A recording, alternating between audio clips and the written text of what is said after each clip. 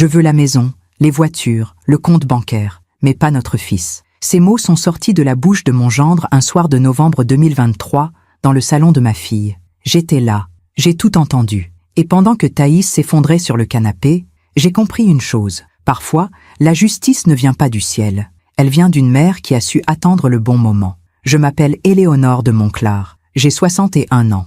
Et voici ce que j'ai gardé secret jusqu'à ce jour. Il y a 8 ans, ma fille Thaïs est rentrée à la maison avec des étoiles dans les yeux. Elle venait de rencontrer quelqu'un. Un homme brillant, disait-elle, élégant, ambitieux. Il s'appelait Amael. La première fois que je l'ai vu, c'était un dimanche après-midi, dans notre maison de Saint-Germain-en-Laye. Il portait un costume gris parfaitement coupé. Il m'a serré la main avec assurance. Il sentait un parfum boisé, discret mais présent. Il a parlé de son projet d'entreprise avec passion. Il voulait créer une société de conseil en stratégie pour start-up. Il avait tout prévu, les chiffres, les projections, les partenaires potentiels. Thaïs le regardait comme si elle avait trouvé l'homme de sa vie. Moi, j'ai regardé ses yeux, et j'ai vu quelque chose qui m'a glacé. Une lueur, pas de la confiance, de la certitude que tout lui était dû. Mais je n'ai rien dit, parce qu'une mère ne veut pas briser le bonheur de sa fille, parce qu'on se dit que peut-être on se trompe, que peut-être l'amour change les gens. Alors j'ai souri, j'ai posé des questions polies, j'ai servi le thé dans mes tasses en porcelaine de Limoges. Et pendant tout ce temps, une voix en moi murmurait « Attention ».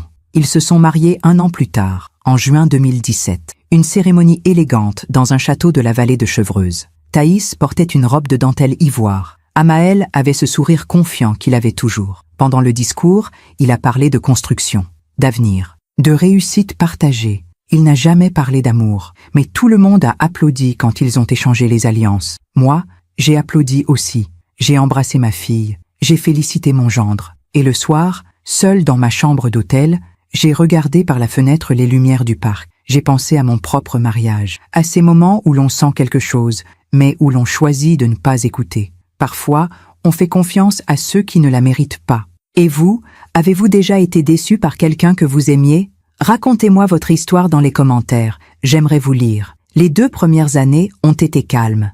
Amael a lancé son entreprise. Thaïs travaillait dans une maison d'édition parisienne. Ils ont acheté un appartement dans le 15e arrondissement. Petit, mais lumineux, avec un balcon qui donnait sur une cour intérieure plantée de tilleuls. Puis, en 2019, Élion est né. Un petit garçon aux cheveux bruns et aux yeux gris. Mon premier petit-fils. Quand Thaïs me l'a mis dans les bras pour la première fois, à la maternité, j'ai senti mon cœur se déchirer et se recoudre en même temps. Il avait 3 jours. Il dormait contre moi. Et j'ai pensé, pour lui, je ferai tout. Amael était là aussi, ce jour-là. Il a pris des photos. Il a parlé de l'avenir d'Élion, de l'école qu'il fréquenterait, des langues qu'il apprendrait. Mais quand le bébé s'est mis à pleurer, il a regardé sa montre. Il avait un rendez-vous important, a-t-il dit. Il est parti, en embrassant Thaïs sur le front. Elle a souri, mais ses yeux étaient fatigués. Trop fatigués pour une jeune mère qui venait d'accoucher. C'est à ce moment-là que les choses ont commencé à changer. Pas brutalement. Non, les choses importantes ne se brisent jamais d'un coup. Elles se fissurent lentement, comme une porcelaine qu'on laisse tomber sans même s'en rendre compte. Amael rentrait de plus en plus tard. Il disait que l'entreprise demandait du temps, qu'il fallait investir maintenant pour récolter plus tard. Thaïs essayait de comprendre. Elle s'occupait des lions seule. Elle se levait la nuit. Elle changeait les couches. Elle chantait des berceuses dans le silence de l'appartement. Un soir de décembre 2019, je suis passée chez eux sans prévenir. J'avais préparé un gratin dauphinois, le plat préféré de Thaïs. Quand j'ai sonné, elle a ouvert la porte avec Élion dans les bras. Elle portait un vieux pull gris, ses cheveux étaient attachés en chignon désordonné. Elle avait des cernes sous les yeux. Elle m'a souri, mais ce sourire était comme une vitre fêlée. « Maman, quelle surprise! Je me suis dit que tu avais peut-être besoin d'un peu de compagnie. » Elle a hoché la tête. On est entré. L'appartement était propre, mais il y avait une odeur de lait et de fatigue. Élion dormait contre l'épaule de Thaïs. Je lui ai pris le bébé des bras. Elle s'est assise sur le canapé comme quelqu'un qui n'a pas dormi depuis des jours. Amael n'est pas là. Il a une réunion avec des investisseurs. À 20h un vendredi soir, elle a détourné le regard. « C'est important, maman. L'entreprise traverse une phase difficile. » Je n'ai rien dit. J'ai bercé Élion. Et pendant que Thaïs mangeait en silence, j'ai regardé autour de moi. Il y avait des factures sur la table basse, des enveloppes non ouvertes, et dans un coin, près de la fenêtre, une photo de leur mariage dans un cadre en argent. Sur cette photo, Thaïs souriait. Vraiment, les mois ont passé. Amael était de moins en moins présent. Son entreprise, disait-il, avait besoin de lui. Il partait tôt le matin. Il rentrait tard le soir. Parfois, il ne rentrait pas du tout. Il envoyait un message. Réunion qui s'éternise. Je dors à l'hôtel. Thaïs ne disait rien. Elle continuait de s'occuper des lions. Elle continuait de sourire. Mais moi, je voyais bien. Je voyais les silences qui s'installaient, les regards qui ne se croisaient plus, les mains qui ne se touchaient plus. Et puis, un jour de mars 2020, tout a basculé. Amael est venu me voir, seul. Il a sonné à ma porte un samedi après-midi. Il portait un costume bleu marine et une expression grave. Quand je lui ai ouvert, il m'a regardé droit dans les yeux. « Éléonore, il faut que je vous parle. » On s'est assis dans mon salon. Il a refusé le thé que je lui proposais. Il est allé droit au but. Mon entreprise traverse une période critique. J'ai besoin d'un investissement pour survivre. 300 000 €. Si je ne les trouve pas dans les 2 mois, je perds tout. Il a sorti des documents de sa mallette. Des bilans, des projections, des graphiques. Il a tout étalé sur la table basse. Et pendant qu'il parlait, je l'écoutais. Je voyais sa main trembler légèrement. Pas de nervosité, de calcul. Je sais que c'est beaucoup demandé, mais je vous rembourserai, avec intérêt. Je vous le promets. Je l'ai regardé. J'ai pensé à Thaïs, à Élion, à cette famille qui tenait à un fil. 300 000 €. Ce n'est pas suffisant, n'est-ce pas? Il a cligné des yeux. Comment ça? Vous avez besoin de plus. Sinon, vous ne seriez pas ici. Il a baissé la tête. Et pour la première fois, j'ai vu quelque chose de vrai dans son regard. De la peur. Pas pour sa famille, pour lui. 600 000, a-t-il murmuré. C'est ce qu'il me faut vraiment. Mais je ne peux pas demander autant. J'ai réfléchi. Longtemps. Et puis j'ai dit quelque chose qui a changé tout. Je vais vous prêter 900 000 €. Il a relevé la tête, les yeux écarquillés. 900 000? Oui. Mais à une condition. Nous signons un contrat en bonne et due forme, devant notaire, avec une clause très précise. Quelle clause? Si jamais vous divorcez de ma fille, cette somme devient immédiatement exigible, avec intérêt composé sur 3 ans. Il est resté silencieux. Puis il a souri, ce sourire que je connaissais bien. Éléonore, je ne divorcerai jamais de Thaïs. Je l'aime. Alors vous n'avez rien à craindre en signant ce contrat. Il a hésité, mais il avait besoin de cet argent, et il pensait que jamais cette clause ne serait appliquée. 3 semaines plus tard, en avril 2020, nous étions chez le notaire. Amael a signé, moi aussi. Le document était simple, clair, juridiquement solide. Je lui ai fait un virement de 900 000 € le jour même. Quand je suis rentrée chez moi ce soir-là, je me suis assise dans mon fauteuil près de la fenêtre. J'ai regardé le ciel qui devenait violet, et j'ai pensé, j'espère me tromper. J'espère que je viens juste d'aider mon gendre, pas de préparer un filet de sécurité pour ma fille. Mais au fond de moi, je savais déjà. Les 2 années suivantes ont été étranges. L'entreprise d'Amael a survécu. Pendant un temps, il a embauché des employés. Il a décroché quelques contrats, mais rien de durable, rien de solide. Et pendant ce temps, Thaïs s'effaçait. Elle avait repris le travail après son congé maternité. Elle s'occupait des lions. Elle gérait la maison. Elle essayait de maintenir l'illusion d'une famille heureuse. Mais je voyais bien. Je voyais qu'elle ne riait plus comme avant, qu'elle ne parlait plus de ses projets, qu'elle se contentait de survivre. Un dimanche de septembre 2022, elle est venue déjeuner chez moi avec Élion. Amael n'était pas là. Encore une réunion, avait-elle dit. On était dans le jardin. Élion jouait avec un camion de pompiers sur la pelouse. Thaïs me regardait sans vraiment me voir. « Maman, tu crois qu'on peut aimer quelqu'un et ne plus le reconnaître en même temps ?» J'ai posé ma tasse de café. « Pourquoi tu me demandes ça ?» Elle a secoué la tête. « Pour rien. Oublie. » Mais je n'ai pas oublié. Parce que dans sa voix, il y avait quelque chose qui ressemblait à un adieu. Et puis, ce soir de novembre 2023 est arrivé. Thaïs m'a appelé en fin d'après-midi. Sa voix tremblait. « Maman, est-ce que tu peux venir, maintenant? Qu'est-ce qui se passe? S'il te plaît, viens. » Je suis montée dans ma voiture. J'ai roulé trop vite. Quand je suis arrivée chez eux, la porte était entr'ouverte. Je suis entrée. Thaïs était assise sur le canapé, le visage entre les mains. Élion dormait dans sa chambre. Et Amael était debout près de la fenêtre, les bras croisés, le visage fermé. « Qu'est-ce qui se passe ?» ai-je demandé. Amael s'est tourné vers moi. Et il a dit, d'une voix froide et précise, « Je veux divorcer. » Thaïs a relevé la tête. Ses yeux étaient rouges. « Dis-lui le reste », a-t-elle murmuré. Il a haussé les épaules. « Je veux la maison, les voitures, le compte bancaire, mais pas notre fils. » Le silence qui a suivi était comme du verre brisé. Je l'ai regardé, et pendant 1 seconde, j'ai vu l'homme qu'il avait toujours été. Pas celui qu'il prétendait être, mais celui qu'il était vraiment. Un homme qui prenait ce qu'il voulait, et qui abandonnait ce qui lui coûtait. « Tu ne veux pas de ton fils ?» ai-je répété lentement. « Je ne suis pas fait pour être père. C'est mieux ainsi. Thaïs a éclaté en sanglots.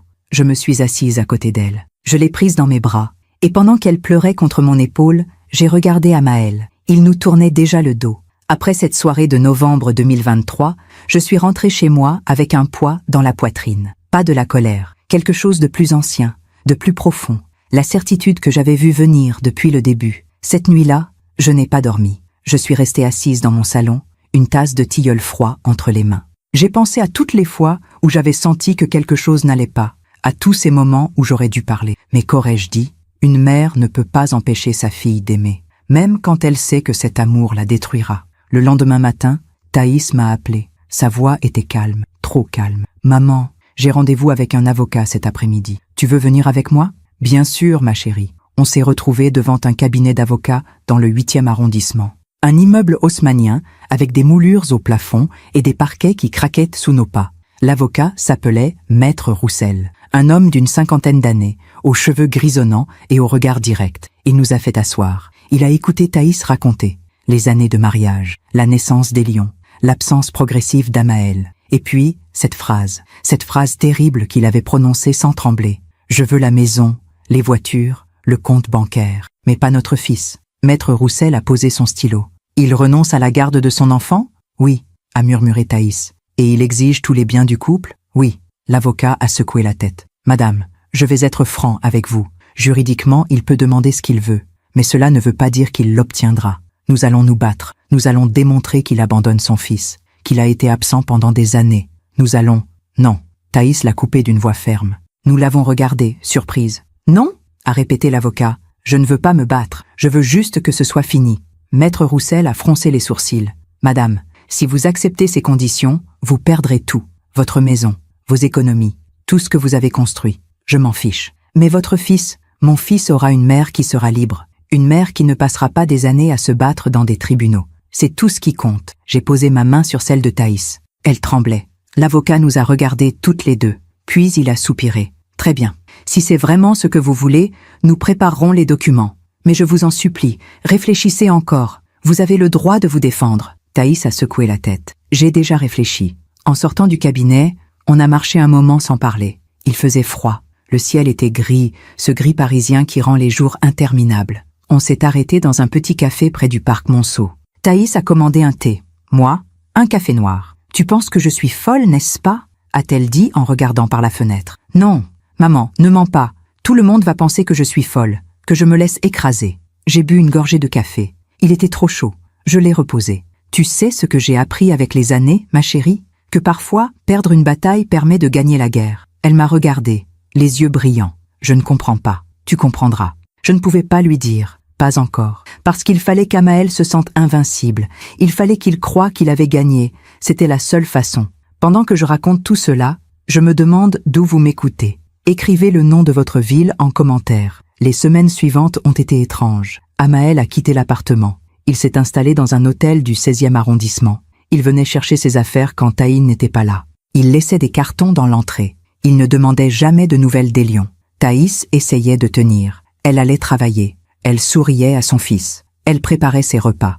Mais le soir, quand Élion dormait, elle s'effondrait. Je le savais parce qu'elle m'appelait. À minuit, à 2 heures du matin. Elle ne disait rien. Elle pleurait juste au téléphone. Et moi, je restais là. J'écoutais. Je lui disais que ça irait, que tout finirait par aller. Même si je ne savais pas si c'était vrai. Un soir de décembre 2023, je suis passée chez elle avec des courses. Quand j'ai ouvert la porte avec mon double des clés, j'ai trouvé Élion assis par terre dans le salon, entouré de ses jouets. Il avait 4 ans. Il jouait avec ses petites voitures en silence. Thaïs était dans la cuisine, debout devant l'évier. Elle regardait par la fenêtre sans bouger. Ma chérie, elle s'est retournée, elle avait maigri, ses joues s'étaient de creuser. Ses yeux étaient cernés. Maman, tu as mangé aujourd'hui ? Elle a haussé les épaules. Je n'ai pas faim, j'ai posé les courses sur la table, j'ai sorti des légumes, du poulet, des pommes de terre, j'ai commencé à préparer un bouillon. Thaïs s'est assise à la table. Elle me regardait faire sans parler. Il m'a envoyé un message ce matin, a-t-elle dit soudain. Qui ? Amaël. J'ai arrêté de couper les carottes. Qu'est-ce qu'il voulait ? Il demande si je peux signer les papiers plus vite. Il dit qu'il a besoin de liquider les biens rapidement, pour rembourser des dettes. J'ai senti mon cœur se serrer. Quelle dette ? Je ne sais pas. L'entreprise a fait faillite en octobre. Il a tout perdu, bien sûr. Bien sûr qu'il avait tout perdu, parce qu'Amael n'avait jamais su construire, seulement prendre. Et qu'est-ce que tu lui as répondu? Rien. Je ne sais pas quoi dire. Je me suis essuyé les mains sur un torchon. Je me suis assise en face d'elle. Thaïs, écoute-moi. Tu vas signer ses papiers. Tu vas lui donner tout ce qu'il demande. Elle m'a regardée, les yeux écarquillés. Mais maman, fais-moi confiance. Tout le monde va penser que je suis faible, que je me laisse marcher dessus. Laisse-les penser. Tu sais qui tu es. Élion sait qui tu es. C'est tout ce qui compte. Elle a baissé la tête. Ses épaules tremblaient. J'ai peur. Je sais, ma chérie. Mais je suis là. Et je ne te laisserai jamais tomber. Le soir même, après avoir couché Élion, on s'est assises toutes les deux sur le canapé. J'ai sorti de mon sac une vieille boîte en métal. Une boîte que je gardais depuis des années. À l'intérieur, il y avait des photos, des lettres et un document. « Qu'est-ce que c'est ?» a demandé Thaïs. « Des souvenirs. » J'ai ouvert la boîte. J'ai sorti une photo jaunie. On y voyait une jeune femme en robe blanche, debout devant une église. C'était moi. J'avais 28 ans. Je souriais. À côté de moi, un homme en costume sombre, le père de Thaïs. « Papa !» a murmuré Thaïs. « Oui. » Elle a pris la photo entre ses mains. Elle l'a regardée longtemps. « Tu ne parles jamais de lui, parce que ça fait mal. Il est parti quand j'avais 6 ans. Je ne me souviens presque pas de lui. J'ai pris une longue inspiration. Ton père était quelqu'un de bien, mais il n'était pas fait pour la vie de famille. Il rêvait d'ailleurs, d'aventure, d'une vie qu'il ne pouvait pas avoir avec nous.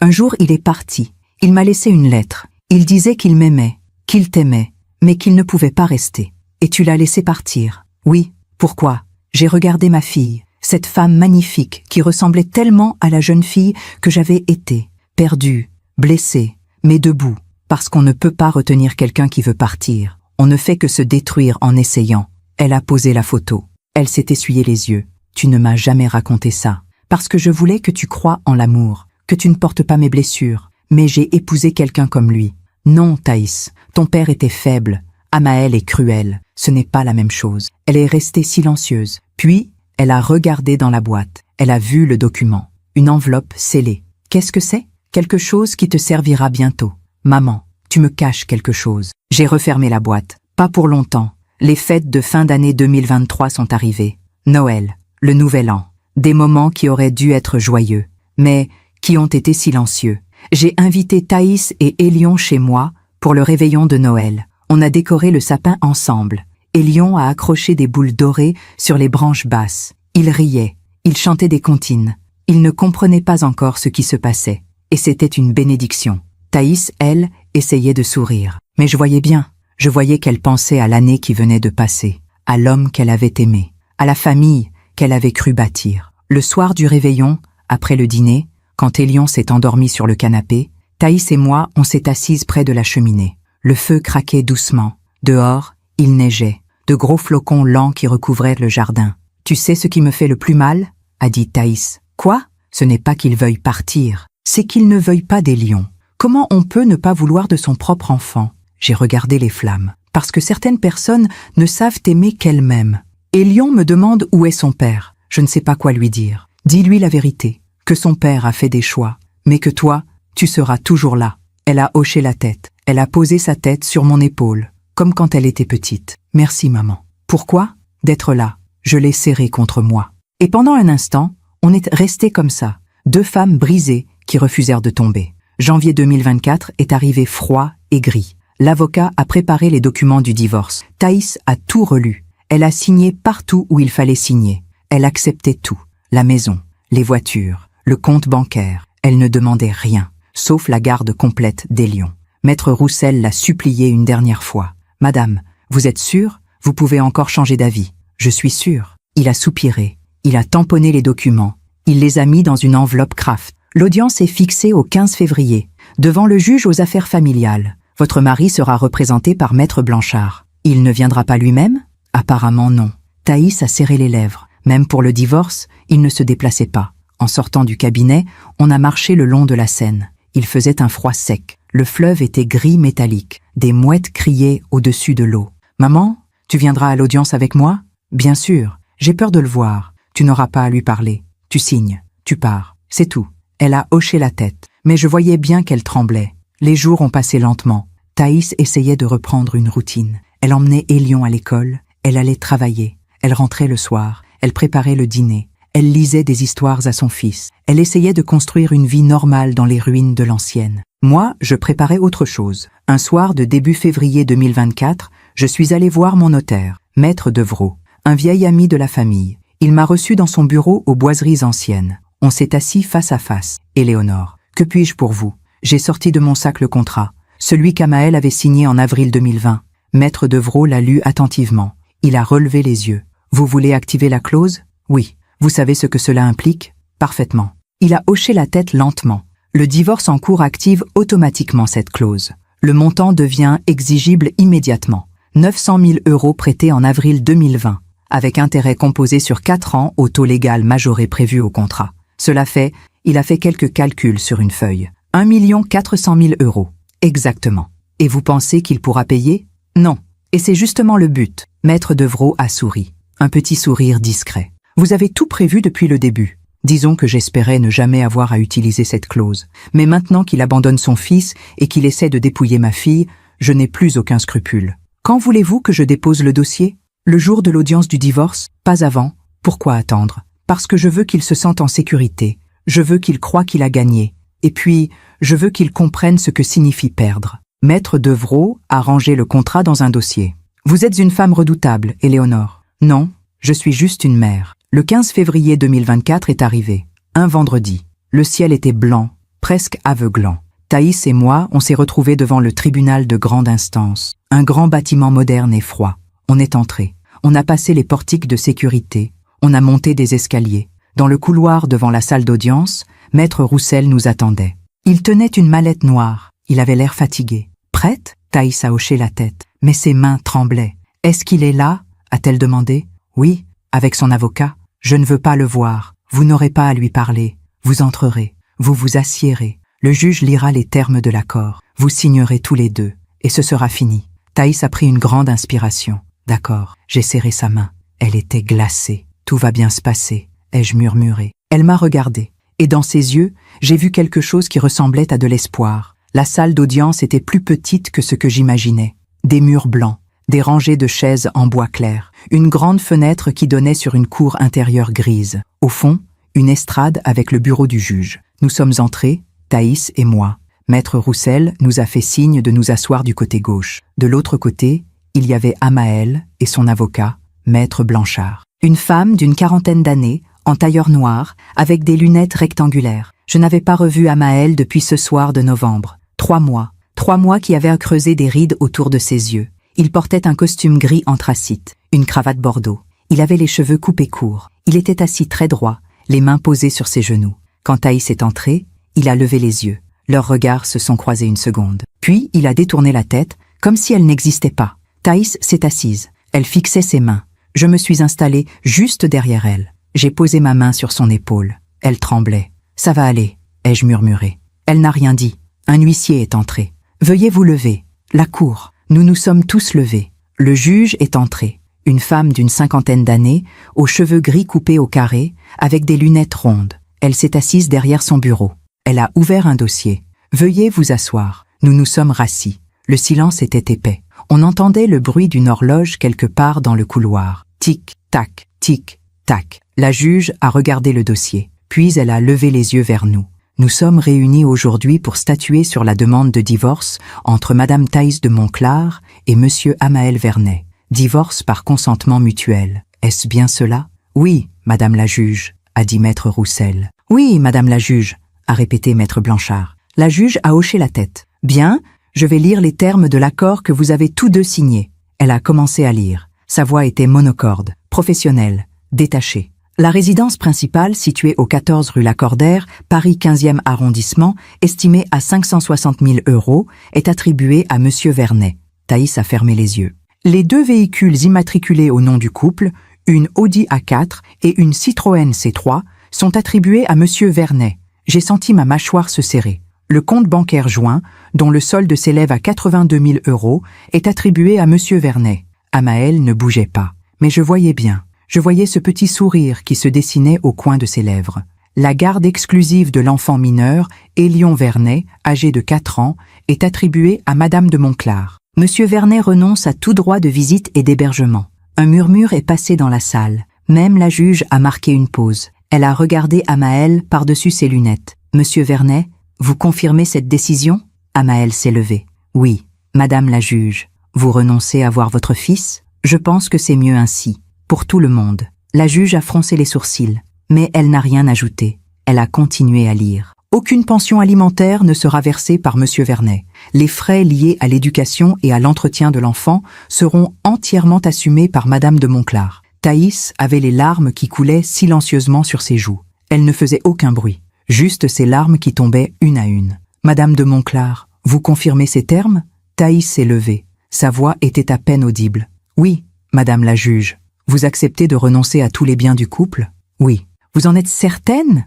Thaïs a regardé Amaël. Lui, il souriait maintenant, ouvertement, comme quelqu'un qui vient de gagner à la loterie. Oui, a répété Thaïs. J'en suis certaine. La juge a soupiré. Très bien. Si les deux parties sont d'accord, nous allons procéder à la signature. Un greffier a apporté les documents. De grandes feuilles blanches avec des lignes de texte serrées. Des signatures. Des cachets. Thaïs a signé en premier. Sa main tremblait tellement que sa signature était à peine lisible. Puis, ce fut au tour d'Amaël. Il a signé d'un geste assuré, presque joyeux. La juge a tamponné les documents. Le divorce est prononcé. L'audience est levée. Tout le monde s'est levé. Amaël a serré la main de son avocate. Il a ramassé sa mallette. Et pendant qu'il se dirigeait vers la sortie, il est passé devant Thaïs. Il s'est arrêté. Il l'a regardé. Et il a dit, d'une voix assez basse pour que seuls nous trois puissions entendre, « Merci d'avoir été raisonnable. » Puis il est parti. Thaïs est restée figée, comme une statue de sel. Je me suis levée. J'ai posé mes mains sur ses épaules. « Viens, ma chérie.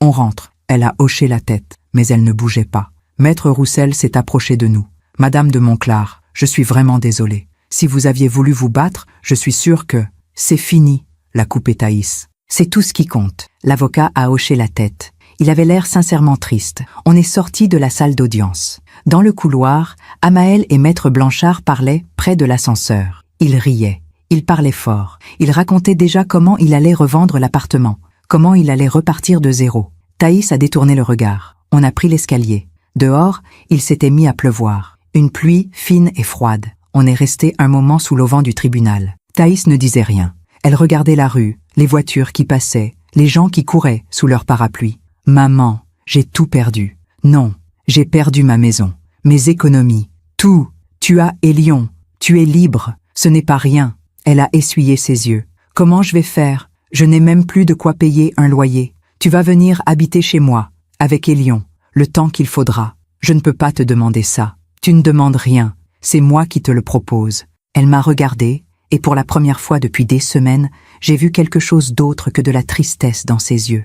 Un tout petit éclat de soulagement. « Merci, maman. On est une famille, ma chérie. On ne se laisse jamais tomber. » On est monté dans ma voiture. J'ai conduit lentement dans les rues mouillées de Paris. Thaïs regardait par la fenêtre sans rien dire. La pluie tambourinait sur le pare-brise. « Tu sais ce qui me fait le plus mal ?» a-t-elle dit soudain. « Quoi ? C'est qu'il ait gagné, qu'il reparte avec tout, qu'il n'ait aucune conséquence. » J'ai souri, un petit sourire que j'ai gardé pour moi. « Qui te dit qu'il n'y aura pas de conséquences ?» Elle m'a regardée, surprise. « Qu'est-ce que tu veux dire ? Tu verras. Maman, tu me caches quelque chose depuis le début. Qu'est-ce que c'est ? » J'ai arrêté la voiture à un feu rouge. Je me suis tournée vers elle. « Fais-moi confiance encore quelques jours. D'accord ?» Elle a froncé les sourcils, mais elle a hoché la tête. « D'accord. » Le feu est passé au vert. On a continué notre route. Ce soir-là, Thaïs et moi, on est allés chercher Élion à l'école. Il nous a couru dans les bras, son petit cartable rebondissant sur son dos. Il riait. Il racontait sa journée avec cette énergie que seuls les enfants possèdent. « Mamie, mamie, aujourd'hui on a fait de la peinture. J'ai fait un dragon. »« Un dragon ? C'est merveilleux, mon chéri. »« Il crache du feu. Regarde !» Il a sorti de son cartable une feuille de papier maculée de peinture rouge et orange. Un dragon maladroit avec des ailes immenses et une langue de feu. « Il est magnifique », ai-je dit en le serrant contre moi. Thaïs le regardait, et dans ses yeux, j'ai vu toute la raison de ce qu'elle avait fait. Tout ce qu'elle avait accepté de perdre, pour que ce petit garçon continue de peindre des dragons, pour qu'il continue de rire. On est rentré chez moi. J'avais préparé la chambre d'amis pour Thaïs et Élion. Un grand lit avec une couette blanche, une petite table de nuit, des rideaux en lin. Et pour Élion, un coin avec ses jouets, une étagère avec des livres, un tapis moelleux. Quand il a vu la chambre, Élion a sauté partout. « Maman, on va habiter chez mamie ? » « Oui, mon cœur. pour un petit moment. Trop bien. Mamie, tu as des livres d'histoire? Plein. On ira les choisir ensemble après le dîner. Il a couru vers la bibliothèque du salon. Thaïs s'est assise sur le lit. Elle a passé sa main sur la couette. Merci, maman. Ne me remercie pas. Je ne sais pas comment je vais me reconstruire. Un jour à la fois. C'est comme ça qu'on avance. Elle a hoché la tête, mais je voyais bien qu'elle ne me croyait pas vraiment. Le week-end du 17 et 18 février 2024 a été calme. On a essayé d'établir une routine. Thaïs dormait tard. Elle se réveillait avec des cernes sous les yeux. Elle prenait son café en silence. Puis elle allait dans sa chambre et restait là pendant des heures. Moi, je m'occupais des lions. On faisait des puzzles. On lisait des histoires. On allait se promener dans le parc. Il me posait des questions. Mamie, pourquoi papa n'est plus là? Parce que papa a décidé de partir, mon chéri. Il reviendra? Je ne sais pas. C'est parce que je n'ai pas été sage? Mon cœur s'est brisé. Non, mon amour, ce n'est pas à cause de toi. Jamais. Tu es le garçon le plus merveilleux du monde. Il a réfléchi un moment. Alors pourquoi il est parti? Parce que parfois, les grandes personnes font des choses qu'on ne comprend pas. Mais tu sais ce qui est sûr. Ta maman t'aime. Et moi, je t'aime. Et on sera toujours là. Il a hoché la tête. Puis il est retourné jouer avec ses petites voitures. Mais moi, je suis restée assise là, sur le canapé. Et j'ai pensé à Amael, à cet homme qui avait abandonné ce petit garçon parfait. Et j'ai senti quelque chose de froid et de dur se former dans ma poitrine. Non, il n'allait pas s'en sortir comme ça. Le lundi 19 février 2024, très tôt le matin, je suis allée voir Maître Devereux.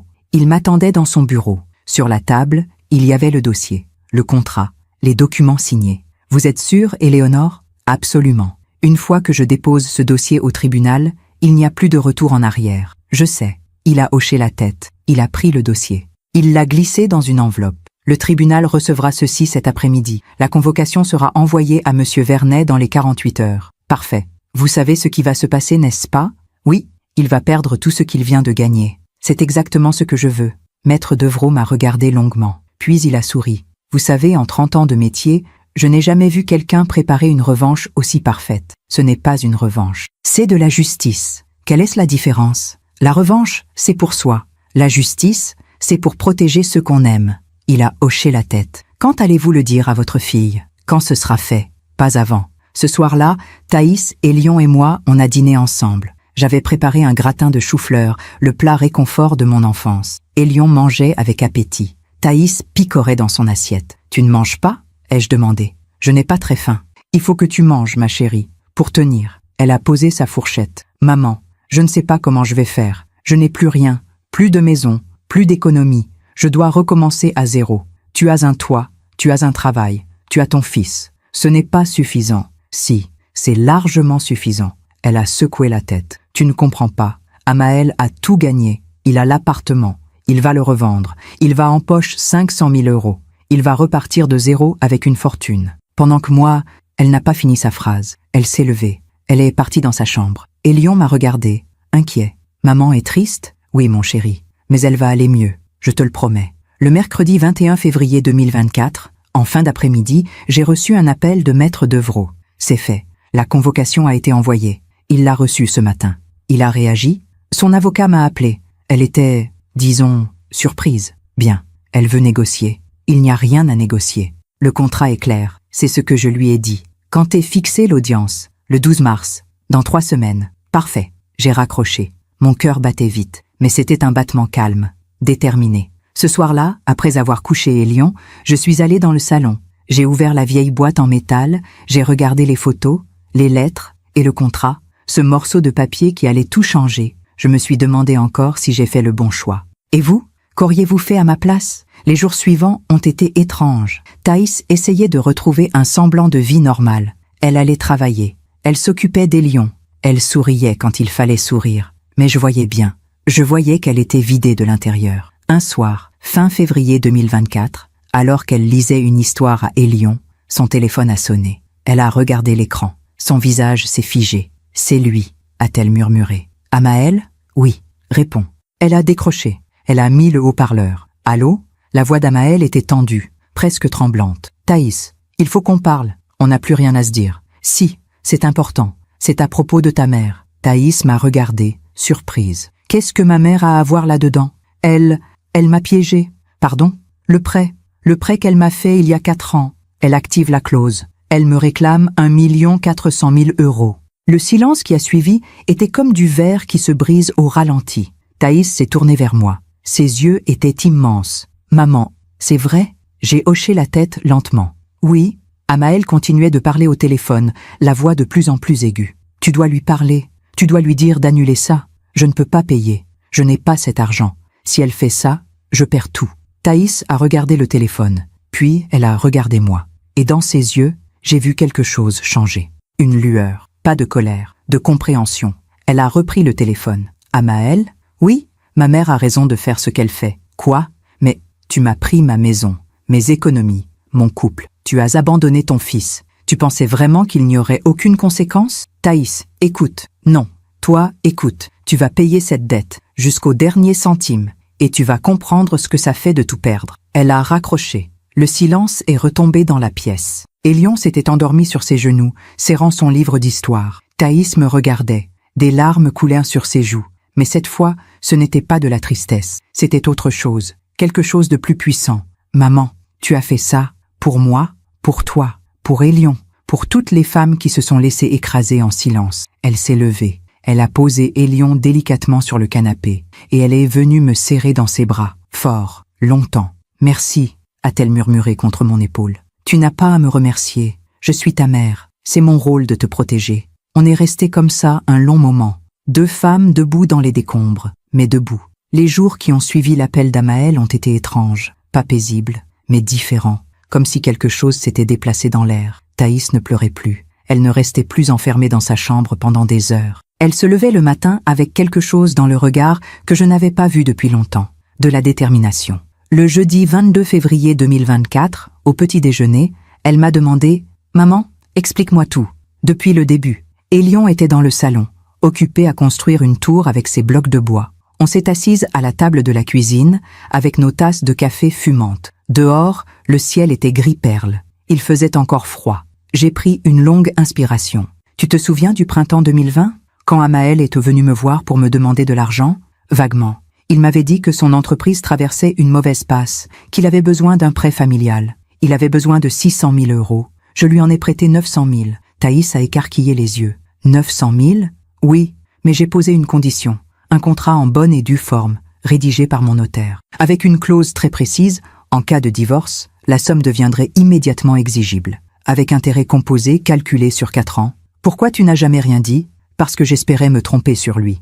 J'espérais qu'il te rendrait heureuse, que cette clause ne servirait jamais. Elle a bu une gorgée de café. Ses mains ne tremblaient plus, mais tu savais déjà. Je pressentais, depuis le premier jour où je l'ai rencontré. Il avait ce regard de quelqu'un qui prend, mais qui ne donne jamais. Et tu as préparé un filet de sécurité ? Exactement. Combien il te doit maintenant ? 1 400 000 €. Thaïs a laissé échapper un petit rire. Pas un rire joyeux, un rire incrédule. Il n'a pas cet argent. Je sais. Alors qu'est-ce qui va se passer ? Le tribunal va ordonner la saisie de tous ses biens.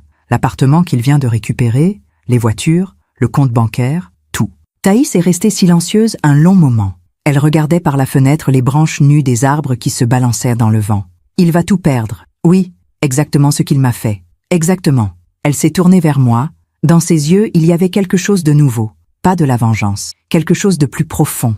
De la justice. Maman, tu es incroyable. Non, je suis juste une mère qui refuse de voir sa fille détruite par un homme qui ne la mérite pas. Elle a tendu la main par-dessus la table. J'ai pris sa main dans la mienne. Merci, a-t-elle murmuré. Tu n'as pas à me remercier. Si, pour tout, pour m'avoir accueilli, pour avoir cru en moi quand je ne croyais plus en rien, pour avoir préparé ce piège parfait. Ce n'est pas un piège, ma chérie. C'est juste un contrat qu'il a signé en toute connaissance de cause. Elle a souri. Un vrai sourire. Le premier depuis des mois. Ce même jeudi, en fin d'après-midi, le téléphone de Thaïs a sonné encore. C'était Maître Blanchard, l'avocate d'Amaël. « Madame de Monclar, nous devons discuter. Je n'ai rien à vous dire. Votre mère est en train de ruiner mon client. Votre client a ruiné ma vie. Appelez ça de l'équilibre. Écoutez, il est prêt à négocier. Il peut vous rendre une partie des biens, peut-être l'appartement ou les voitures, si votre mère accepte de réduire la dette. » Thaïs a regardé vers moi. J'ai secoué la tête. « Il n'y a rien à négocier, » a dit Thaïs d'une voix calme. « Le contrat est clair. Il doit 1 400 000 €. Il paiera. Madame, soyez raisonnable. J'ai été raisonnable pendant 5 ans. J'ai accepté son absence, ses mensonges, son abandon.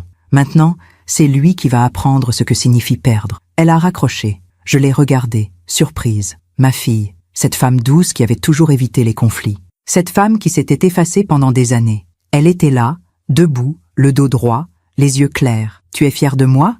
a-t-elle demandé. Immensément. Pendant que je raconte tout cela, je me demande d'où vous m'écoutez. Écrivez le nom de votre ville en commentaire. Les jours ont passé. Mars est arrivé avec ses matins encore froids et ses après-midi où le soleil commençait à réchauffer timidement les rues. Thaïs reprenait des forces. Elle s'occupait des lions. Elle rentrait du travail moins épuisée. Elle souriait même parfois. Un samedi matin, début mars 2024, on est allés toutes les deux au marché. Elion était resté à la maison avec une baby-sitter. On a marché entre les étals de fruits et légumes. On a acheté des fraises, même si elles n'étaient, n'est-ce pas, encore de saison. On a pris un café dans un petit bistrot. « Maman, je me sens bizarre », a dit Thaïs en tournant sa cuillère dans sa tasse. « Bizarre comment ?» Légère, comme si un poids énorme venait de se retirer de ma poitrine. « C'est normal, tu es libre maintenant.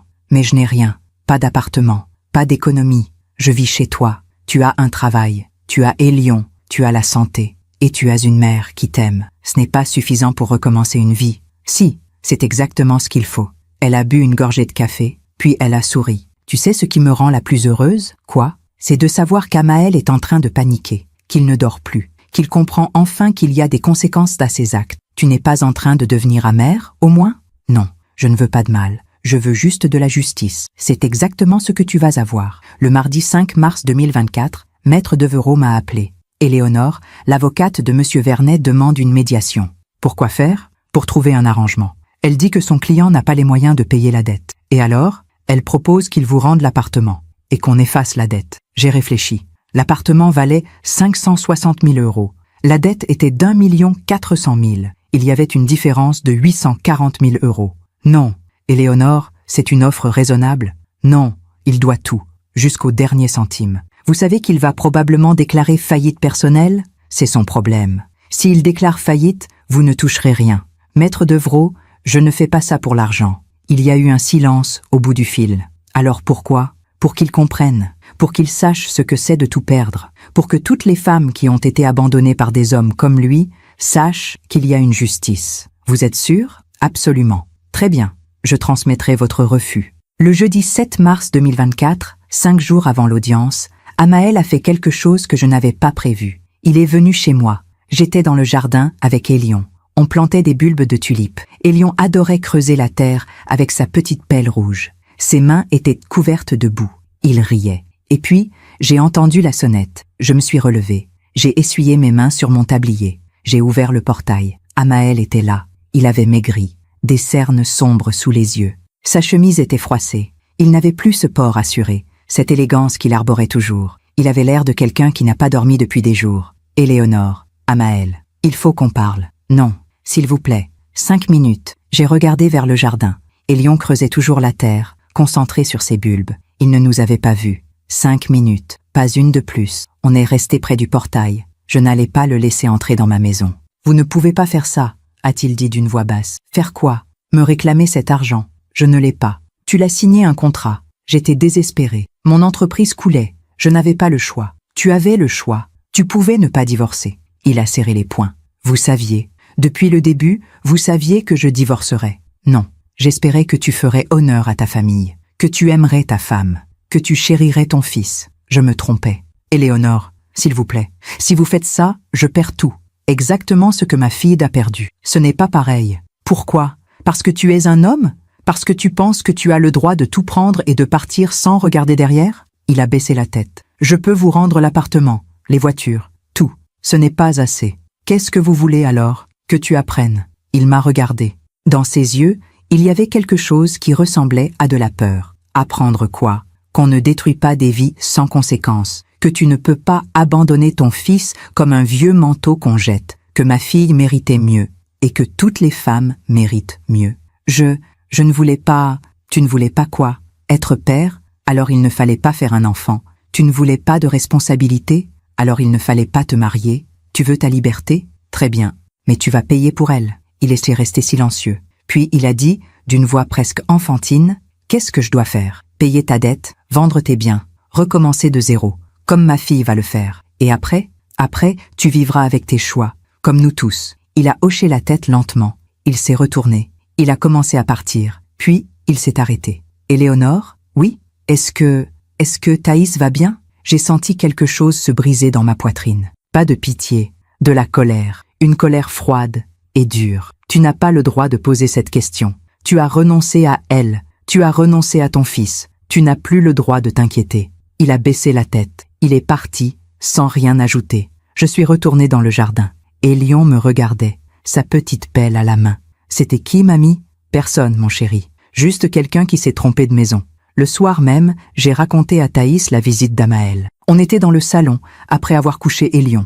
Un feu craquait dans la cheminée. La pièce sentait bon le bois brûlé. « Il est venu ici ?» a-t-elle dit, surprise. « Oui, qu'est-ce qu'il voulait? Que j'annule la dette, qu'on trouve un arrangement. »« Et tu as dit quoi ?»« Non. » Thaïs est restée silencieuse un moment. Elle regardait les flammes danser. « Il a demandé de mes nouvelles ?»« Oui. »« Qu'est-ce que tu as répondu? » Que ça ne le regardait plus. Elle a souri. Un sourire triste, mais déterminé. « Bien. Tu ne veux pas savoir comment il allait? » ?»« Non, je m'en fiche. Il a fait ses choix. Maintenant, il doit vivre avec. » J'ai posé ma main sur la sienne. « Tu es sûre que tu vas bien? » « Oui, maman. Pour la première fois depuis longtemps, je vais vraiment bien. » Le vendredi 8 mars 2024, Maître Devrault m'a rappelé. Éléonore, l'avocate de M. Vernet, demande un report d'audience. Pourquoi?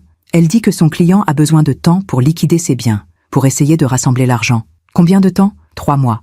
Non, l'audience est maintenue. Éléonore, pas de report. Le 12 mars, comme prévu. Il a soupiré. Très bien, je transmettrai. Le week-end du 9 et 10 mars 2024 a été étrangement paisible. Thaïs semblait plus légère. On a emmené Élion au jardin des plantes. Il a couru partout, regardé les animaux, mangé une glace même s'il faisait encore frais. Il était heureux, insouciant. Le dimanche soir, on a dîné toutes les deux après avoir couché Élion.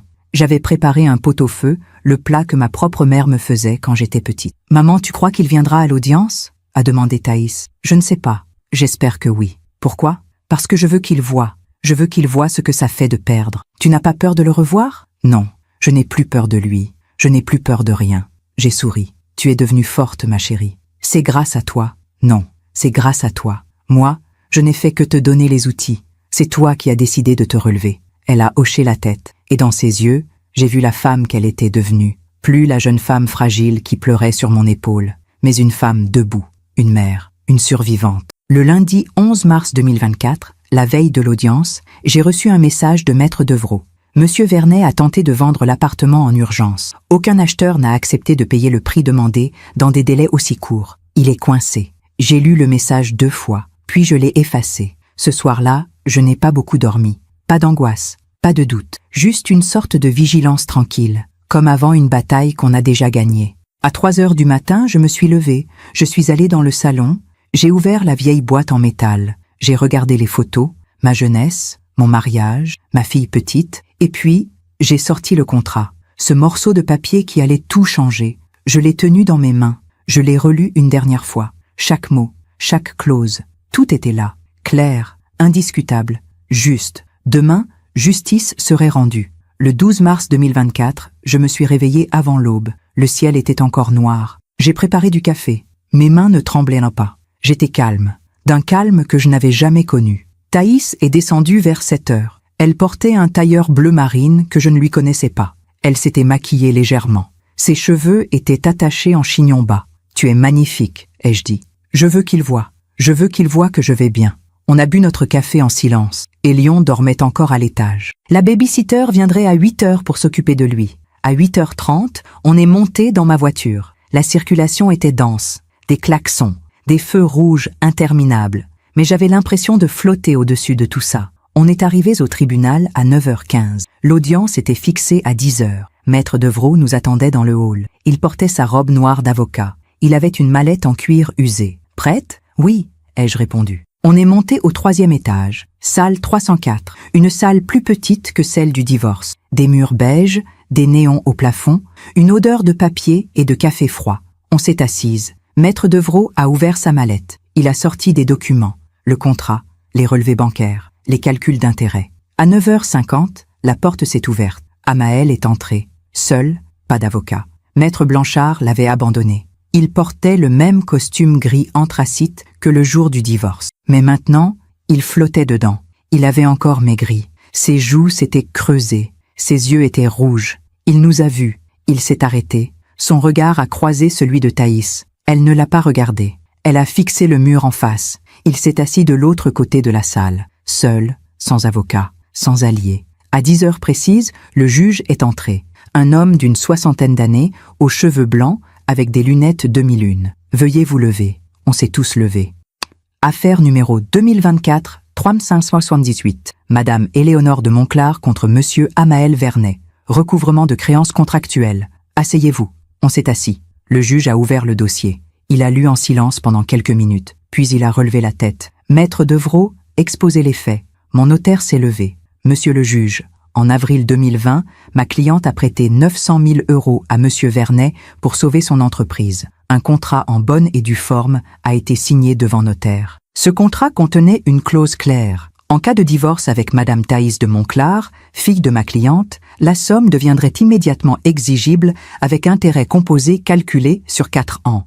Le divorce a été prononcé? Oui, monsieur le juge, le 15 février 2024. La clause a donc été activée. Exactement. Le montant total dû s'élève aujourd'hui à 1 400 000 €.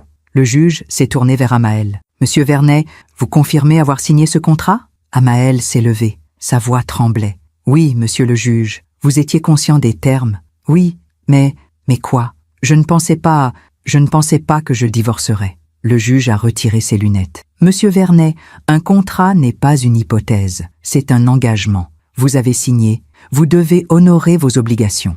Monsieur le juge, je n'ai pas cet argent. Possédez-vous des biens? Un appartement, 2 voitures, un compte bancaire. Valeur totale estimée? Amael a baissé la tête. Environ 650 000 €, ce qui laisse une dette résiduelle de 750 000 €. Oui, le juge a remis ses lunettes. Il a relu le contrat. Monsieur Vernet, ce contrat est juridiquement solide. La clause est parfaitement légale. Vous devez payer cette dette. Mais comment? Ce n'est pas mon problème, c'est le vôtre. Le silence était terrible. Puis le juge a frappé son marteau. Je rends l'ordonnance suivante. Monsieur Amael Vernet est condamné à verser à Madame Éléonore de Monclar la somme d'1 400 000 €. Saisie immédiate de tous les biens appartenant à Monsieur Vernet. Un échéancier de paiement sera établi pour le solde restant. L'audience est levée. Tout le monde s'est levé. Amael est resté figé. Il regardait le juge comme s'il ne comprenait pas. Thaïs s'est levée. Elle a pris son sac. Et elle est sortie de la salle sans un regard en arrière. Moi, j'ai ramassé mes affaires. J'ai remercié Maître Devrault. Et avant de sortir, j'ai regardé Amael une dernière fois. Il était assis, la tête entre les mains. Je n'ai ressenti ni pitié ni satisfaction. Juste une forme de paix. Justice avait été rendue. Dehors, il faisait beau. Un soleil pâle éclairait la rue. Thaïs était appuyée contre un mur. Elle pleurait, mais ce n'était pas des larmes de tristesse. « C'est fini », a-t-elle murmuré. « Oui, ma chérie, c'est fini. Il a tout perdu. Exactement ce qu'il t'a fait. » Elle s'est essuyé les yeux. Elle m'a regardé. « Maman, tu es incroyable. » Non, je suis juste une mère qui protège sa fille. On est resté là un moment, puis on est rentrés à la maison. Les jours qui ont suivi l'audience ont été étranges. Pas joyeux, pas tristes, juste différents. Le 13 mars 2024, un huissier est allé chez Amael pour établir l'inventaire des biens à saisir. L'appartement, les 2 voitures, le compte bancaire. Tout a été mis sous séquestre. Maître Devrault m'a appelé ce jour-là. Éléonore, l'appartement sera mis aux enchères dans 6 semaines, les voitures dans 2 semaines. Le compte bancaire a été vidé ce matin. 82 000 € transférés sur votre compte. Et lui, il a quitté l'appartement hier soir. Il loge apparemment chez un ami. Il a signé l'échéancier pour le reste? Oui, 1 000 € par mois pendant 62 ans. J'ai laissé échapper un petit rire. 62 ans? C'est tout ce qu'il peut payer. Il a trouvé un emploi de consultant junior. 3 000 € par mois. Une fois les charges déduites, je comprends. Vous savez que vous ne récupérerez jamais la totalité, n'est-ce pas? Ce n'était jamais le but. Il y a eu un silence. Alors, quel était le but? Qu'il apprenne, qu'il porte le poids de ses choix pour le reste de sa vie. Mission accomplie. Le week-end du 16 et 17 mars 2024, Thaïs a commencé à chercher un appartement. Quelque chose de petit, abordable, dans un quartier calme pour Élion. « Tu n'es pas obligé de partir », lui ai-je dit. « Je sais, maman, mais j'ai besoin de recommencer, de construire quelque chose qui soit à moi. » Je comprends.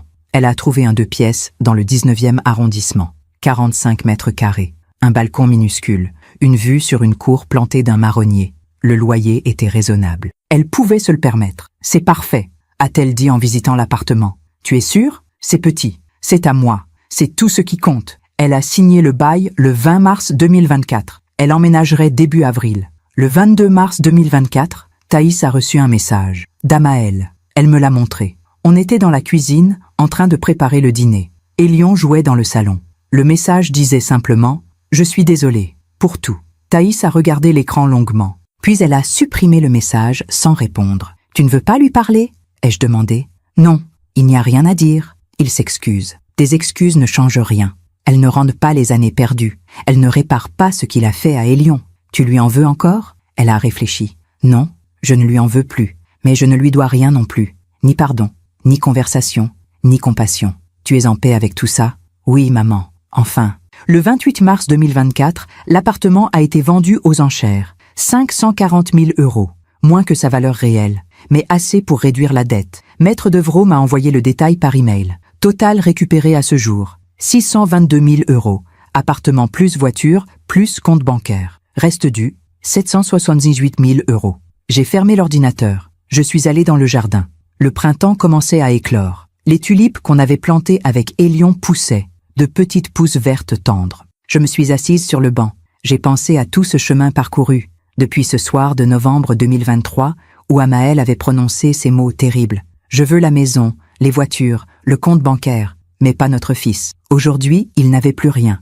Et nous, on se reconstruisait. Le 2 avril 2024, jour du déménagement de Thaïs, toute la famille était là. Ma sœur, mes neveux, quelques amis.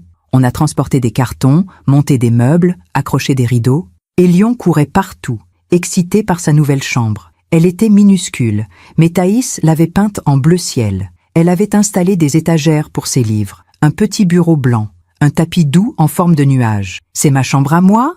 demandait Élion, émerveillé. « Oui, mon cœur, ta chambre à toi. Elle est trop belle. » Le soir, quand tout le monde est parti, Thaïs, Élion et moi, on s'est assises sur le balcon. On a mangé une pizza. On a regardé le soleil descendre derrière les toits de Paris. « Maman, tu viendras souvent ?» a demandé Thaïs. « Tous les jours, si tu veux. »« Non, pas tous les jours. J'ai besoin d'apprendre à me débrouiller seule. »« Tu es sûre ? » ?»« Oui, mais viens quand même souvent. » J'ai souri. « Promis. » Le 10 avril 2024, j'ai reçu une lettre, une enveloppe blanche, sans adresse d'expéditeur. À l'intérieur, une feuille de papier, une écriture que je reconnaissais, celle d'Amaël. « Madame de Monclar, je ne vous demande pas de pardon. Je ne le mérite pas. Je voulais juste que vous sachiez une chose. Vous aviez raison. Surtout, depuis le début, j'ai détruit ma famille par égoïsme. J'ai abandonné mon fils par lâcheté. J'ai pris tout ce que je pouvais prendre sans jamais rien donner. Aujourd'hui, je n'ai plus rien. Et je comprends enfin ce que j'ai fait, ce que j'ai perdu. Je ne demande rien, ni pitié, ni pardon. Je voulais juste que vous sachiez que vous m'avez appris quelque chose que personne d'autre n'aurait pu m'apprendre, que chaque action a des conséquences, que la justice existe, même quand on ne la voit pas venir. Dites à Thaïs qu'elle méritait mieux. Dites à Élion que son père était un imbécile qui n'a pas su voir la chance qu'il avait. Respectueusement, Amaël. J'ai relu la lettre 2 fois, puis je l'ai pliée. Je l'ai rangée dans la vieille boîte en métal, avec les photos, les souvenirs, le contrat. Je ne l'ai pas montré à Thaïs, elle n'en avait pas besoin. Elle avançait maintenant, et c'était tout ce qui comptait. Mai 2024 est arrivé avec ses jours plus longs et sa lumière dorée. Thaïs s'installait dans sa nouvelle vie. Son appartement était petit mais chaleureux. Elle avait accroché des photos au mur, des dessins des lions, des plantes sur le rebord de la fenêtre. Un dimanche matin, le 5 mai 2024, elle m'a invité à déjeuner. J'ai apporté des fleurs et un gâteau au citron. Élion m'a ouvert la porte en courant. « Mamie, mamie !» Regarde ce que j'ai fait à l'école. Il m'a montré un dessin. 3 personnages. Une grande femme aux cheveux noirs. Une plus petite avec des cheveux bruns. Un petit garçon qui souriait. « C'est nous », a-t-il dit fièrement. « Toi, maman et moi. C'est magnifique, mon chéri. » Thaïs était dans la cuisine. Elle préparait une salade de tomates et de mozzarella. Elle avait les cheveux détachés. Elle portait une robe légère. Elle souriait. « Tu as l'air bien, » ai-je dit. « Je vais bien, maman. Vraiment bien. On a déjeuné sur le balcon. Le soleil réchauffait nos visages. On entendait les oiseaux dans le marronnier de la cour. « Tu sais ce qui m'a le plus aidé ?» a dit Thaïs soudain. « Quoi ? C'est de comprendre que je n'ai rien perdu d'essentiel. »« Comment ça ? L'appartement, l'argent, tout ça, ce n'était que des choses. Mais Élion, ma liberté, ma dignité, ça, je ne l'ai jamais perdu. Au contraire, j'ai posé ma main sur la sienne. Tu as grandi, ma chérie. C'est grâce à toi. Non, c'est grâce à toi. Moi, je n'ai fait que te montrer le chemin. Le 15 mai 2024, j'ai croisé Amael par hasard. J'étais au supermarché, près de chez moi. Il était dans le rayon des produits d'entretien. Il portait un jean délavé et un pull gris. Il avait encore maigri. Il poussait un caddie presque vide. Nos regards se sont croisés. Il s'est figé, puis il a baissé les yeux. Il a continué son chemin sans un mot. Je l'ai regardé partir. Cet homme qui avait tout voulu, qui pensait qu'il pouvait prendre sans jamais rendre. Maintenant, il achetait ses produits au rabais dans un supermarché de banlieue. Je n'ai ressenti ni joie ni tristesse, juste la confirmation que la vie finit toujours par rendre ce qu'on lui donne. Le 22 mai 2024, Thaïs a eu une promotion au travail, chef de projet, une augmentation de salaire, un bureau avec fenêtre. Elle m'a appelé le soir même, excitée comme une enfant. « Maman, ils m'ont promu. C'est merveilleux, ma chérie. Je n'y croyais pas. Après tout ce qui s'est passé, je pensais que je ne pourrais plus avancer professionnellement. Pourquoi ? Parce que j'étais tellement cassée, tellement perdue. Tu n'étais pas cassée, tu étais blessée. Ce n'est pas la même chose. Ce qui est blessé peut guérir. » Elle est restée silencieuse un moment. « Merci, maman, pour tout. Arrête de me remercier. C'est mon rôle. » Non. Beaucoup de mères n'auraient pas fait ce que tu as fait. Alors, c'est qu'elles ne connaissent pas leurs forces. Juin 2024 a apporté les premières vraies chaleurs de l'été. Elion a eu 5 ans le 8 juin. On a organisé une petite fête dans le jardin chez moi. Ses camarades de classe, des ballons, un gâteau au chocolat en forme de dinosaure. Elion courait partout, riant aux éclats. À un moment, il s'est arrêté devant moi. « Mamie, pourquoi papa n'est pas là ?» Mon cœur s'est serré. « Parce que papa habite loin maintenant, mon chéri. Il reviendra pour mon anniversaire l'année prochaine ? Je ne sais pas, mon amour. C'est pas grave. J'ai toi et maman. C'est mieux. » Il est reparti jouer. Mais moi, je suis restée là, les larmes aux yeux. Ce petit garçon de 5 ans venait de comprendre ce que son père n'avait jamais su, que l'amour se mesure à la présence, pas aux promesses. Thaïs s'est approchée de moi. « Ça va, maman ?»« Oui. Je pensais juste qu'Elion est un garçon extraordinaire. C'est parce qu'il a une grand-mère extraordinaire. On s'est enlacés. Et pendant que les enfants jouaient autour de nous, j'ai pensé que malgré tout, malgré la douleur et les pertes, on avait construit quelque chose de beau. Une famille, imparfaite, mais solide. Le 18 juin 2024, Maître Devreau m'a envoyé un dernier email. « Éléonore, Monsieur Vernet a effectué son premier versement mensuel. 1 000 €. 59 virements ont été programmés automatiquement. Le dossier est clos de mon côté. Félicitations. Justice a été rendue. J'ai fermé l'ordinateur. Je suis sortie dans le jardin. Les roses que j'avais plantées au printemps commençaient à fleurir. Des roses blanches, délicates et fortes à la fois. J'ai pensé à cette phrase qu'on m'avait dite un jour. La vengeance est un plat qui se mange froid. Mais ce n'était pas de la vengeance. C'était de la justice. Une justice patiente, réfléchie, implacable. Une justice de mère. Juillet 2024 est arrivé avec ses longues journées d'été. Thaïs et Elion sont partis une semaine en Bretagne. Un petit hôtel près de la mer, des châteaux de sable, des glaces à la fraise, des photos qu'elle m'envoyait tous les soirs. Sur chaque photo, Elion souriait, et Thaïs aussi. Pendant ce temps, moi, je restais chez moi. Je lisais, je jardinais, je prenais soin de mes roses. Et parfois, je pensais à tout ce chemin parcouru. Un après-midi de fin juillet, le 28 exactement, j'ai reçu un appel, un numéro inconnu. « Allô, Madame de Monclar, c'est Maître Blanchard, l'ancienne avocate d'Amael. Oui, je vous appelle au sujet de mon ancien client, Monsieur Vernet. Que voulez-vous ? Il m'a demandé de vous transmettre quelque chose. Il aimerait voir son fils. Une fois. Juste une fois. Mon sang s'est glacé. Non, Madame, il a renoncé à son fils. Il a signé. Il n'a plus aucun droit. Je sais. Mais il pense que, peut-être avec le temps ne change rien à ce qu'il a fait. Dites-lui que la réponse est non, et qu'elle le sera toujours. » J'ai raccroché. Ce soir-là, j'ai appelé Thaïs. Je lui ai raconté. « Il veut voir Elion », a-t-elle répété lentement. « Oui, mais j'ai refusé. »« Bien, tu es d'accord ?»« Complètement. Il a eu son choix. Maintenant, il vit avec. Tu ne penses pas qu'un jour... »« Non, maman, jamais. Elion ne mérite pas un père qui entre et sort de sa vie selon son humeur. Il mérite la stabilité, l'amour constant. Et ça, Amael ne peut pas le donner. » Elle avait raison. Comme toujours maintenant. Août 2024 a été calme. Thaïs a repris le travail. Elion a passé quelques jours chez moi. On a fait du vélo. On a cueilli des framboises dans le jardin. On a lu des histoires sous le grand chêne. Un soir, il m'a demandé « Mamie, est-ce que tous les papas partent ?»« Non, mon cœur. Certains restent toute leur vie. Alors pourquoi le mien est parti? Parce qu'il n'était pas prêt à être papa. Mais ce n'est pas de ta faute. Tu es parfait. Je sais, c'est maman qui me l'a dit. » Il a souri et il est retourné jouer. Et moi, je me suis dit que cet enfant allait bien. Mieux que bien. Il grandissait entouré d'amour. Et c'était tout ce qui comptait. Le 15 septembre 2024, j'ai reçu un virement. 1000 €. Le deuxième paiement d'Amaël. J'ai regardé le relevé bancaire. Puis j'ai pris une décision. J'ai appelé ma banque. J'ai ouvert un compte d'épargne au nom d'Elion. Et j'ai programmé un virement automatique. Chaque mois, les 1000 € d'Amaël iraient directement sur ce compte. Pour Elion. Pour ses études. Pour son avenir. Son père ne le savait pas. Il ne le saurait jamais. Mais d'une certaine façon, il paierait pour son fils pendant 62 ans. Sans le vouloir, sans le savoir. La justice prend parfois des chemins étranges. Octobre 2024 a apporté les premières pluies d'automne. Les feuilles tombèrent des arbres. Le jardin se préparait pour l'hiver. Un dimanche, Thaïs est venue déjeuner avec Elion. On a mangé un pot-au-feu. Elion racontait ses journées d'école, ses nouveaux amis, sa maîtresse gentille. Après le déjeuner, pendant qu'il jouait dans le salon, Thaïs et moi, on s'est assises près de la cheminée. J'avais allumé un feu. Les flammes dansaient doucement. « Maman, je voulais te dire quelque chose. »« Quoi ? J'ai rencontré quelqu'un. Mon cœur a fait un bond. »« Quelqu'un ? Un homme. Il travaille dans mon entreprise. Il s'appelle Laurent. Il est gentil, patient. Il aime les enfants. Tu es amoureuse ? Non, pas encore. Mais peut-être un jour. Je ne sais pas. J'ai peur. Peur de quoi ? De me tromper encore. J'ai pris sa main.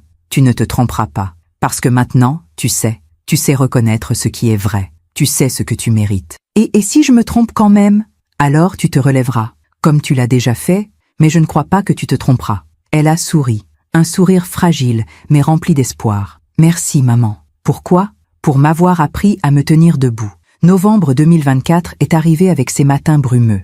1 an exactement depuis cette soirée terrible où Amaël avait prononcé ces mots qui avaient tout déclenché. 1 an. Et pourtant, tout avait changé. Le 8 novembre 2024, j'ai reçu un appel de Maître Devreau. « Éléonore, je pensais que vous aimeriez savoir. Monsieur Vernet a perdu son emploi. » Quand ? La semaine dernière. Son entreprise a fait des coupes budgétaires. Il a été licencié. Et les paiements ? Il a demandé une suspension. Le juge a refusé. Il doit continuer de payer. 1000 € par mois, sans exception. Qu'est-ce qu'il va faire ? Je ne sais pas. Ce n'est plus mon problème.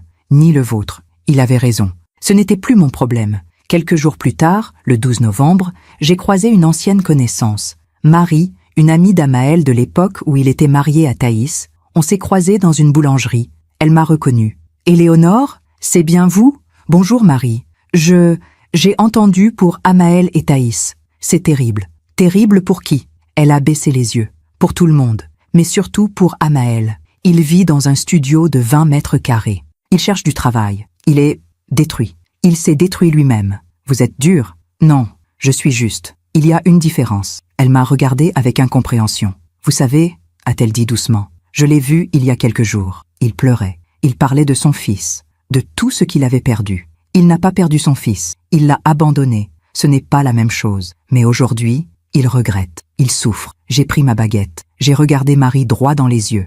Marie, laissez-moi vous raconter quelque chose. Il y a 1 an, ma fille pleurait tous les soirs. Elle ne mangeait plus. Elle ne dormait plus. Elle pensait qu'elle avait tout perdu. Son mari lui avait pris sa maison, son argent, sa dignité. Et il avait abandonné leur fils comme on jette un vieux jouet. Aujourd'hui, elle va bien. Elle a un bon travail, un appartement qu'elle aime. Elle reconstruit sa vie. Pendant ce temps, Amaël pleure dans son studio. Vous trouvez ça injuste ? Moi non.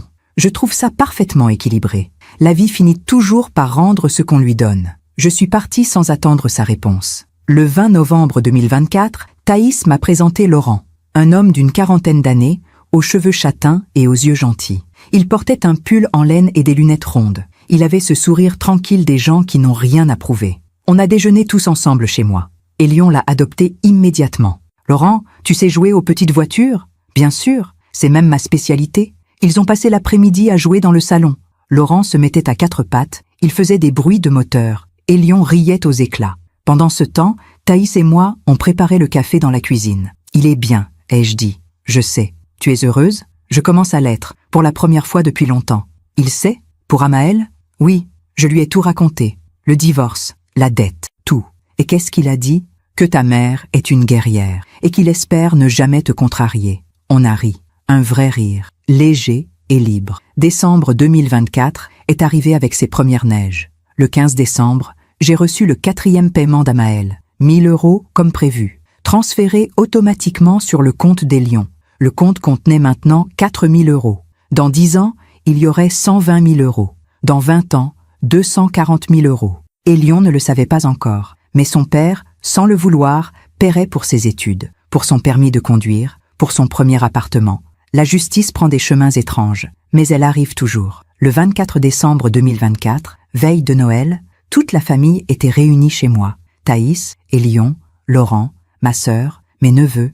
On a décoré le sapin, on a préparé le dîner, on a ri. À un moment, Elion s'est approché de moi. « Mamie, je suis content. » « Pourquoi, mon chéri? » « Parce qu'on est tous là. Toi, maman, Laurent. C'est mieux qu'avant. » « Mieux qu'avant? » « Oui. Avant, maman était triste. Maintenant, elle sourit tout le temps. Il est retourné jouer. Et moi, je suis restée là, les larmes aux yeux. Ce petit garçon de 5 ans venait de résumer tout.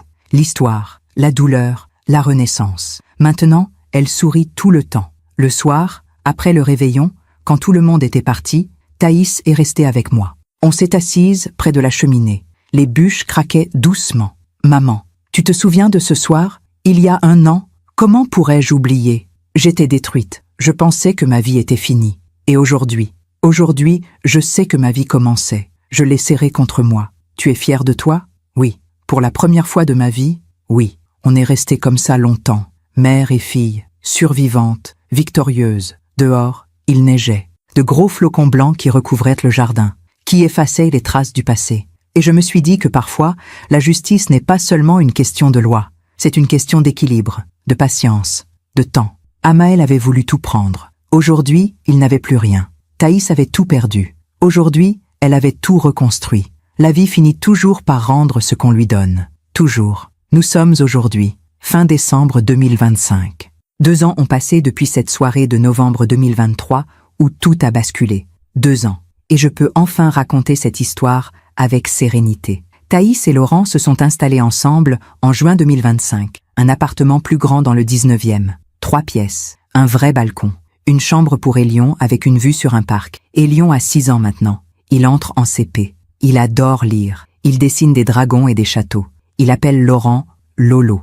Il ne demande plus jamais où est son père. Parfois, je me dis que c'est triste, qu'un enfant devrait connaître son père. Mais ensuite, je regarde Elion. Je le vois rire, courir, grandir, entouré d'amour. Et je comprends qu'il n'a rien perdu. Au contraire, Amaël paie toujours 1000 € par mois. 24 000 € ont été versés sur le compte des Lions. Un petit trésor qui grandit silencieusement. Je ne sais pas où il habite, comment il vit. Je ne veux pas savoir. Parfois, j'entends des rumeurs, qu'il travaille comme livreur, qu'il partage un appartement avec 2 colocataires, qu'il a vieilli de 10 ans en 2 ans. Je ne ressens ni joie ni tristesse, juste la certitude que la justice a été rendue. Il y a quelques semaines, début décembre 2025, Thaïs m'a annoncé quelque chose. On était dans mon jardin. Les roses étaient endormies pour l'hiver. Le ciel était gris perle. Maman, Laurent m'a demandé en mariage. Mon cœur s'est arrêté. Et qu'est-ce que tu as répondu? J'ai dit oui. Je l'ai serré dans mes bras. Fort, longtemps. Tu es sûre? Oui, maman. Il est différent. Il aime Elion comme son propre fils. Il me respecte. Il me rend heureuse. Alors je suis heureuse pour toi. Tu seras là? Au mariage? Bien sûr. À la place d'honneur. On a ri. On a pleuré. On a regardé le ciel qui changeait de couleur. Et je me suis dit que ma fille avait parcouru un chemin immense. De la femme brisée de novembre 2023 à la femme radieuse de décembre 2025. Hier soir, Elion m'a posé une question. « Mamie, pourquoi tu es toujours contente? » « Parce que j'ai une fille merveilleuse et un petit-fils extraordinaire. C'est tout? C'est tout ce dont j'ai besoin. » Il a réfléchi un moment. « Moi aussi, je suis content, parce que j'ai maman, Lolo et toi. Et tu as besoin d'autre chose? » « Non, c'est parfait comme ça. » Il est reparti jouer. Et moi, je suis restée là, les yeux humides. Ce petit garçon avait compris ce que son père n'avait jamais su, que le bonheur ne se compte pas en maison, en voiture ou en compte bancaire, mais en présence, en amour, en moments partagés. Aujourd'hui, quand je repense à tout ce chemin, je me demande si j'ai bien fait, si j'ai été trop dure, trop calculatrice. Et puis, je regarde Thaïs, je la vois sourire, je la vois vivre. Je vois Elion grandir dans la stabilité et l'amour. Et je sais que oui, j'ai fait ce qu'il fallait, pas par vengeance, mais par justice, par protection, par amour maternel. Amaël pensait pouvoir tout prendre sans conséquence. Il pensait qu'abandonner son fils et ruiner sa femme resterait impuni. Il s'est trompé. La vie lui a donné exactement ce qu'il avait donné aux autres, la perte, la solitude, le poids de ses choix, et pendant ce temps, ceux qu'il avait voulu détruire se sont relevés, plus forts, plus heureux, plus libres. Si mon histoire peut aider ne serait-ce qu'une femme à ouvrir les yeux, à comprendre qu'elle a le droit de se défendre, qu'elle mérite mieux, alors tout cela aura eu un sens. Il n'y a pas de honte à être blessé. Il n'y a pas de honte à tomber. La honte, c'est de ne pas se relever. Ma fille est tombée, et elle s'est relevée, plus belle, plus forte, plus sage. Et moi, je suis fière, pas de ce que j'ai fait, mais de ce qu'elle est devenue. Alors voilà, c'est mon histoire. Ou plutôt, c'est notre histoire. L'histoire d'une mère qui a refusé de voir sa fille détruite. L'histoire d'une femme qui a appris à se tenir debout. L'histoire d'un petit garçon qui grandit entouré d'amour. Et l'histoire d'un homme qui a appris, trop tard, que chaque action a des conséquences. Merci de m'avoir écouté jusqu'au bout. Si cette histoire a touché votre cœur, abonnez-vous et activez la cloche pour entendre d'autres femmes qui ont transformé la douleur en sagesse. Chaque jour, une femme, une leçon de vie. Partagez cette histoire avec quelqu'un que vous aimez. Parfois, une histoire change toute une journée. Que Dieu vous bénisse et à très bientôt.